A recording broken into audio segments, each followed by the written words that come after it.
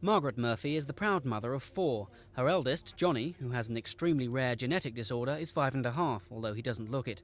Her youngest is just 18 months. For 7 years, as well as bringing up her family, she taught geography 2.5 days a week at a North London convent school. Until Jessica came along, that is. Though she'd never had any trouble getting maternity leave before, when Mrs. Murphy announced her 4th pregnancy, she was told by the school she needn't come back.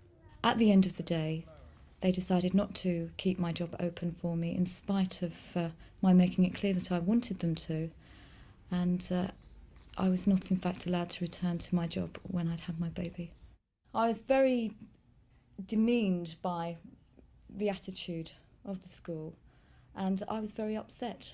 La Santa Union Convent is a voluntary aided school, which means it has a great deal of autonomy from the local education authority. It advertised and filled the post while Mrs. Murphy was on maternity leave. The headmistress was apparently concerned that her absence would be disruptive to the geography department. Mrs. Murphy was furious and says that the irony of her Catholic employers making having children more difficult will not be lost on staff or pupils. A clear message has been given to them that they cannot really expect to continue with their careers and have their families.